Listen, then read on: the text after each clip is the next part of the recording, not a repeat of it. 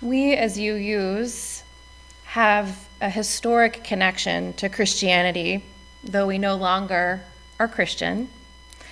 And we appreciate spirituality and wisdom from many traditions, including direct experience, which happens within our own selves. So forgive me if you've left your Christianity behind and don't really want to think about Advent anymore. I actually didn't really grow up with the practice of Advent, and it came to me, even the concept, a little later in life. And so for me, it feels new. I'm curious about the spiritual practice in my own way the last few years. When I saw today's happening on December, that's when Advent begins. I think it's interesting that Advent was placed and that Christmas was placed in this particular part of our calendar, which historically, we don't really know the date of the birth of the historical Jesus, correct? So it was placed seasonally for a reason, because of older pagan holidays that came before.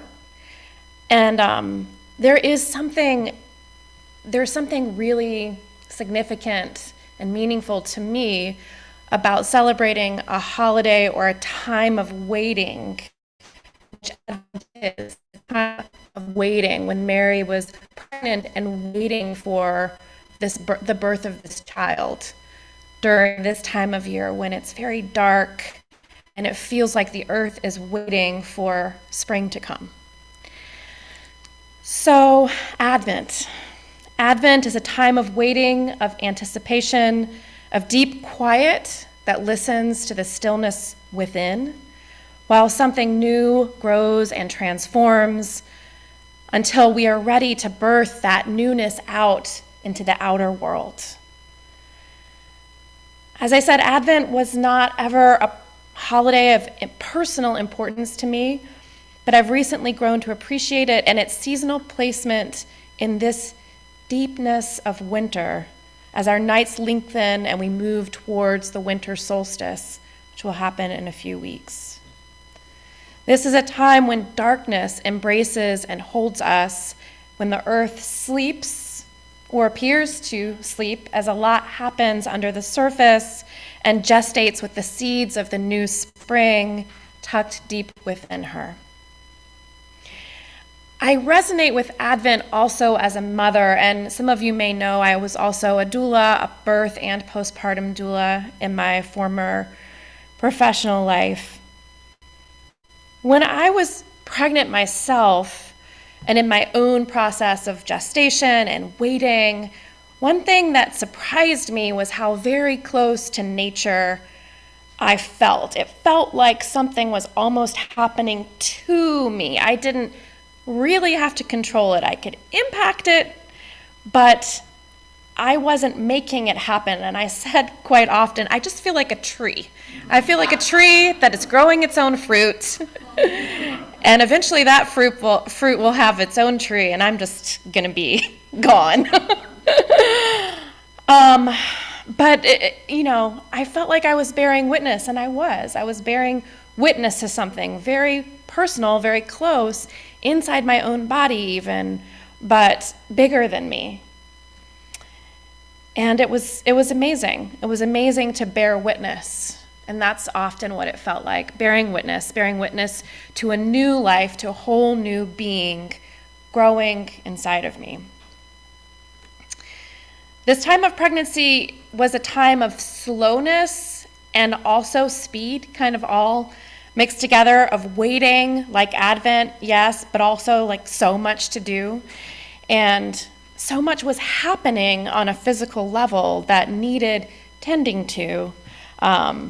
And while much of it was beneath the surface, it also showed on the outside, right? Like my ankles were swollen, I was growing, I was dizzy, I felt nauseous, I had to change my habits and patterns. As I grew larger, it became harder to move. It was hard to roll over in bed, right? There were periods of discomfort and challenge. Tasks that I formerly took for granted just became really challenging or impossible. And then there was labor. There was the act that we think of as birth, but it had been already happening, and the window opened, quote unquote. It had some quiet moments. It was definitely not all quiet. The lived reality of pregnancy and childbirth was definitely not as calm and mysterious as that mysterious, gentle air that is given to Advent, that Advent glorifies pregnancy and birth to be. It was hard, it was messy, it was difficult, and this is really mostly what we experience when we go through any sort of pregnancy, gestation, and birth of anything new or transition or transformation as humans, right? Whether it's going through middle school, like I'm watching my daughter do, and learning new things and being frustrated by not knowing it yet, or creating art like many of you here are able to do, or whatever else it might be. There's messiness, there's struggle, and there's moments of satisfaction, but it's not all one thing. I'm glad for holidays like Advent that help me deepen into that mystery, but yet we know as human beings it's not always that easy. But one thing holds true for me within this, kind of made up or glossed over air of Advent, which is the listening. The listening of this time did need to happen when I was pregnant. It did need to happen when I was giving birth, and that supported it.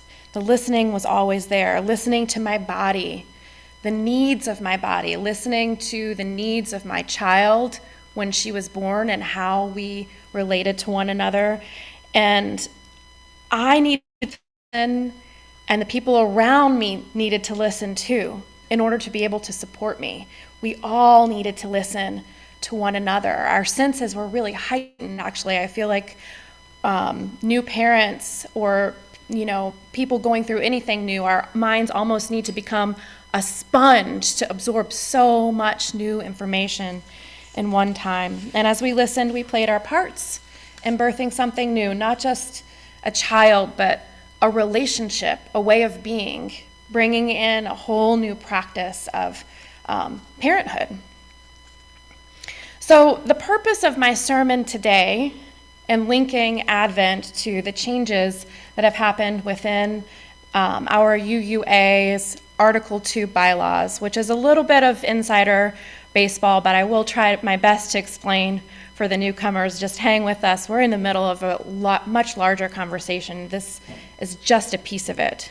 The purpose of my sermon in linking these two things is not to actually talk about the changes to Article 2 or the new values.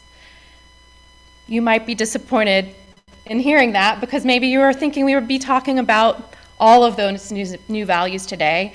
John has done a wonderful job a few months ago of spelling all that out for us. I'm sure we will again. But I really just wanted to pause and kind of go back to the beginning and think about, what is it to bring something new into the world? And, I have one child. Some people have many. Whoever we are, whether we have children or not, there are many things that are born from us in the world. And I know that if I had another child, I would love them just as well, right? But it would be a new and different relationship. And we have done that more than once as our UU faith within crafting our purposes, which is actually what the bylaws say Article 2 is. It's our purpose for being. So the purpose of this sermon is just to remind us of the need to listen whenever anything new or any change or transformation happens. to take a side note, my role as your minister is not necessarily to express my opinions about the changes that have been made to these statements of our purposes, although I have my bias, and I feel like it's also important for me to just know and own that as a human being, I do have bias, and so I'll help to try to articulate what that bias is and that you get to have your own. But more so to just kind of try to present information so that we can have a conversation. And we get to self-differentiate as you use personally and as a congregation from our denomination. That's part of being a non-creedal, non-dogmatic faith. That's actually integral to who we are as you use. So the need to listen to ourselves, to each other, to the collective, and not only to the voices that speak the loudest or the ones that we easily agree with, but the purpose of me bringing in Advent in relationship to this is to just think about how to listen in times that are divisive, right? When it's hard to listen, when it's not necessarily easy, when we don't necessarily feel heard as well, and what is it to also use our voices to participate in a conversation when it might not feel that easy. We are experiencing a culture and a time that feels broken, and there are ways that we may feel separate from that as you use, and that this is a safe space in our community because we're similar to one another, but actually that's not necessarily true. We, as you use, say we don't need to think alike, to love alike, and we all think differently in this room. And the brokenness and the divisiveness in our culture is there's no way that it couldn't impact us as we move through our faith in this time. My cultural anthropology teacher always taught me that culture trumps religion, and that whatever is happening in the larger world is going to impact our religion. And I have experienced that. So, and sometimes I have to say, and this is my bias, that I feel like that divisiveness has leaked in and impacted this religion that I love, that this religion has gone through a period of transformation and changing some language, and that there has been some fraught energy around that. And that's been hard for me because there's enough of it in the outer world, right? So I bring that bias as well. Not to say that others shouldn't express their emotions, but just expressing mine. And I'm sure that there are other people here who may feel that way as well. So I invite us, friends, to just take a little bit of time together today and think about what it might mean to let go of arguments or criticisms, not critiques, but to just think about what it might mean to consider how to listen to where this newness might be coming from while we hold on to the integrity of who we are. My job isn't to, and I would never want to change how we feel or the relationship of this community with our 7 principles, which is an important part of this particular congregation, but what it might mean to listen a little bit more to the fullness of the story, maybe to parts of the story that we haven't heard. So before I go into that, I would like to just speak a little bit more about birth, and then I'll speak a little bit more about some of the history of Article 2, and we'll have a little bit of time to talk, and then actually we'll have this conversation again. Maybe not soon, maybe a few months from now, but this is just starting at the beginning. So one thing that's often not spoken about in popular culture in relationship to birth or in any positive change is that what can sometimes accompany this transition is loss, is grief, is the loss of who we were before bringing a child into the world, before becoming a parent, whether it's independence or things we used to participate in, or friendships, or a way of life. When a baby is born, so is a new parent, and that can be challenging. There is often a drive to celebrate, and of course, there's reason to celebrate, but also there's reason to grieve. And so I just name that within any new positive change, there's always a loss. There's always a loss within a new love, perhaps, but a loss of who you once were when you had more independence. And this is actually similar on the other side when we have a big loss in our lives. I've lost both of my parents over the past couple of years, and I deeply miss them, but I also got to lose caring for their illnesses. There were things that were relieving about them passing on. And that's tricky, right? It's tricky to hold both of those. Sometimes that can be guilt or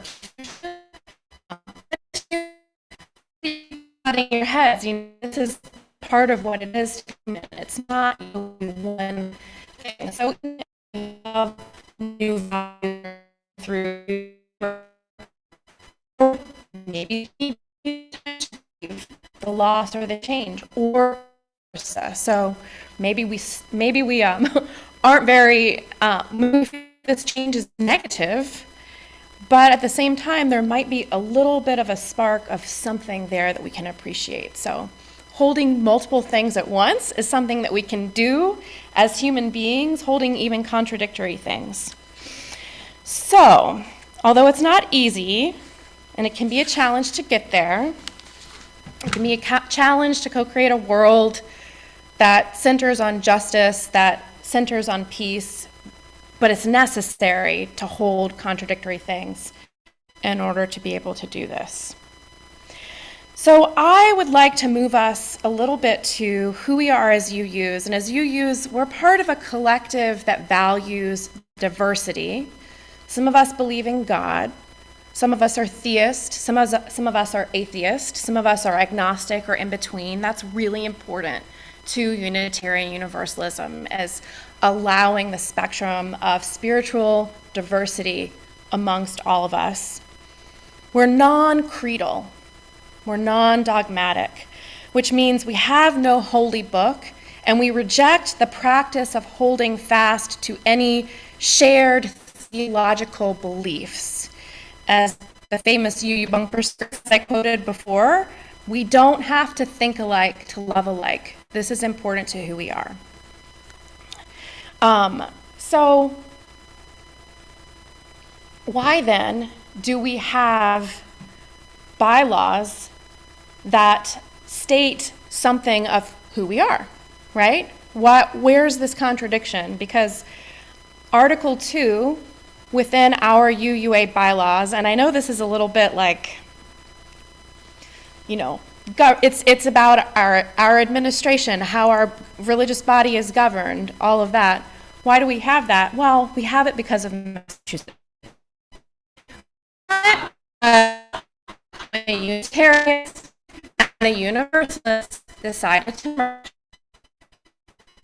in Massachusetts, and we created bylaws for ourselves. Massachusetts says,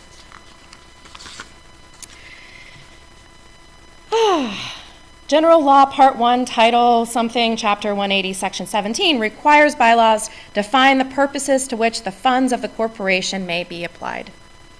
Article 2 of the UUA bylaws defines that purpose for the association. So that is the history of why these are there. We have never been creedal, and so inherent to us, it was important that we wanted those to be revised and looked at and reviewed every so often so that we didn't get stuck with them. And also that's just good practice over time. So bylaw C15.1.Z.6 says, if no study process of Article 2 has occurred for a period of 15 years, the Board of Trustees shall appoint a commission to study Article 2 for not more than 2 years and to recommend appropriate revisions, if any, to the Board of the Trustees for inclusion on the agenda at the next General Assembly. So that's where we started. That's where we started. I wish we had more time. I have a lot more here that I'm not going to be able to get through, but I want to do the work of starting us at the beginning. So I'm going to read us the original 6 principles from 1961, and I'm going to tell you about that history and why those were changed. And maybe in the future we can talk about it took to get to the 7 principles and 6 sources that happened in the 80s and that were then revised more fully in the past few years. Okay? Well, I'm going to read these and I want to open it up to a little bit of discussion. I know that we're up against our time. So, okay. The member UU Association dedicated to the principles of a free faith. I'm not reading the part that's already always there that says, that's also at the beginning of the bylaws now, that says we are an association and we deal with the congregations and blah, blah, blah, blah, blah, blah. So, dedicated to the principles of a free faith, unite in seeking, 1, to strengthen one another in a free and disciplined search for truth as the foundation of our religious fellowship. If you know the principles, can you hear the echoes a little? But some of the language is different. 2, to cherish and spread the universal truths taught by the great prophets and teachers of humanity in every age and tradition, immemorially summarized in the Judeo-Christian heritage as love to God and love to man. We really expanded that later on with our sources. This was probably the beginning of that. 3, to affirm, defend, and promote the supreme worth of every human personality, the dignity of man, and the use of the democratic method in human relationships. Are you hearing the patriarchal language that we really don't use much anymore? The supreme worth of every human personality. I'll just add that when our principles were changed to our values most recently, the word worth was asked to be changed to worthiness, because the word worth was triggering to some, especially those whose ancestors had had a price put on their bodies. So we're using worthiness now, and we're using humanity now, not man, right? These things have been changed over time. Because culture trumps religion, right? 4, to implement our vision of one world by striving for a world community founded on ideals of brotherhood, justice, and peace. I don't know where the sisters were. 5, to serve churches and fellowships, to organize new churches and fellowships, and to extend and strengthen liberal religion. And 6, to encourage cooperation with men of goodwill in every land. Those were our 1961 principles and purposes. At the time they weren't called principles. They're not actually all purposes. Some of them are goals, but that's what they were supposed to be. And how was this used? It really wasn't. It wasn't printed anywhere. It wasn't on postcards. It wasn't on t-shirts. It was just there. That evolved later on as well. And to just state the history of those revisions, of the Article 2 revisions that happened in 77, before 85. In 1977, the Women and Religion Resolution, and there was a large undertaking of taking the sexism out of that language. In 1977, there were about 10 women ministers in our UU faith. 12 in 77.